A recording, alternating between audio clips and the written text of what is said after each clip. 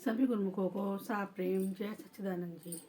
गुरुमुखों, आज मैं जो आपको कहानी बताने जा रही हूँ इससे हम लोगों को बहुत बड़ी सीख मिलती है। जो हम लोग गलतियाँ करते हैं तो उन गलतियों को हमें सुधारने का एक बखूबी मौका मिलता है। ये कहानियाँ किस्से ही होते हैं, गुरु माँ जी की लीलाएँ होती हैं, जिससे हम लोगों को बहुत बड़ी प्रेरणा मिलती है कि हम अपनी ज़िंदगी किस प्रकार जिएँ।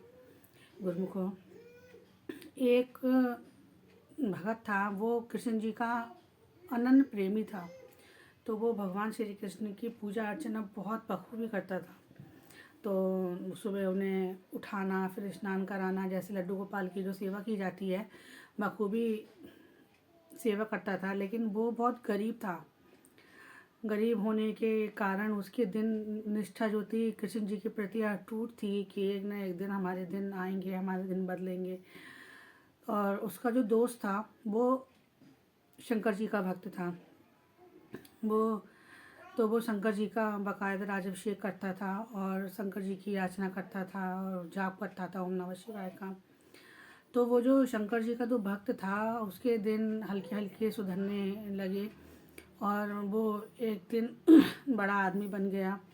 बड़ा आदमी बनने के बाद जब वो अपने मित्र के पास गया जो लट्टू गोपाल का बहुत प्रिय भगत था, तो वो उनके पास गया। बोले, अरे यार, तुम लड्डू गोपाल जी को मानते हो, तुम्हारा दिन अभी तक बदले ही नहीं है। मैं देखो शंकर जी को मानता हूँ, मेरे दिन तो बहुत जल्दी बदल गए। देखो मैं क्या से क्या बन गया। तो अब उसके मन में एक बात जगी कि क्यों ना मैं भी शंकर जी को मानने लगूँ और इन्हीं की पूजा याचना करने लगूँ। शंकर जी बहुत जल्दी सुन लेते हैं, वो भोले भंडारी होते हैं, तो वो सबकी मनोकामनाएं बहुत जल्दी पूरी करते हैं। तो उसने क्या करा, उनने अपने लड्डू गोपाल को उठा के अलमारी में बंद कर दिया और उसकी जगह शिवलिंग लेके आया। बखूबी शिवलिंग की पूजा करने लगा, पूजा याचना करने लगा। तो एक दिन क्या हुआ, उन्हें जब सुबह के टाइम जब वो पूजा कर रहा था तो जो अगरबत्ती का जो धुआं था वो अलमारी की तरफ जा रहा था। अब वो कहीं भी लगाए लेकिन उसका धुआं जो था वो अलमारी की तरफ ही जा रहा था। तो उसके दिमाग में ये बात आई। भले आज तक उसने अलमारी खोली। अलमारी खोलने के बाद लड्डू गोपाल उनने जब जो बंद कर दिए थे, तो लड्डू गोपाल से कहने लगा कि अब तक तो तुमने हमारे लिए कुछ करा नहीं और अब जब हम शंकर जी को मानने लगे हैं तो तुम अगरबत्ती का धुआं तुम खुद सूंघ रहे हो। तो उसी टाइम इतनी बात सुनते ही लड्डू गोपाल जी तुरंत प्रकट हो गए और उन्होंने लड्डू गोपाल जी ने दर्शन दिए। बोले, कम से कम तुम्हारे मन में ये भाव तो आया कि मैं इसकी सुगंध ले रहा हूँ, मतलब सूंघ रहा हूँ। तुमने ये तो माना कि मैं साकार रूप में यहाँ पे बैठा हुआ हूँ और तुमने आज तक ये चीज़ कभी नहीं मतलब अपने मन से अपनाई कि मैं साकार रूप में हूँ यहाँ पे। तुमने खाली पूजन करा, मेरी अर्चना की, तुमने सब काम करे, लेकिन अपने दिल में तुमने ये कभी नहीं बिठाला कि मैं साकार रूप में यहाँ पे हूँ। और जो उनका जो मित्र था उन्होंने भोले भंडारी को हमेशा साकार रूप में माना और दिन ब दिन उसकी तरक्की होती चली गई।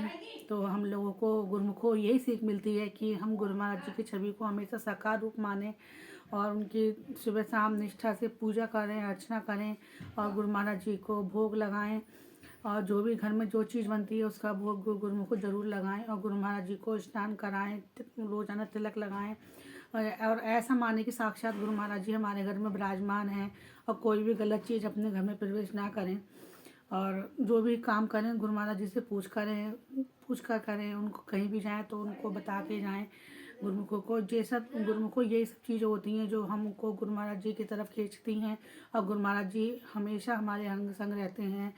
और गुरुमुखों, आज की ये कहानी मैंने आपको इसी माने बताई थी कि किसी भी देवी देवता को मानो, कुछ भी मानो, लेकिन सिर्फ एक को मानो और दिल से मानो और साकार रूप में उनकी पूजा करो। ये मत सोचो कि ये मूर्तियाँ हैं और हमें खाली ओल टाली और पूजा करी और आरती करी और चले गए, ऐसा कुछ नहीं। अपने भाव से जो भी काम करो भाव से ही करो।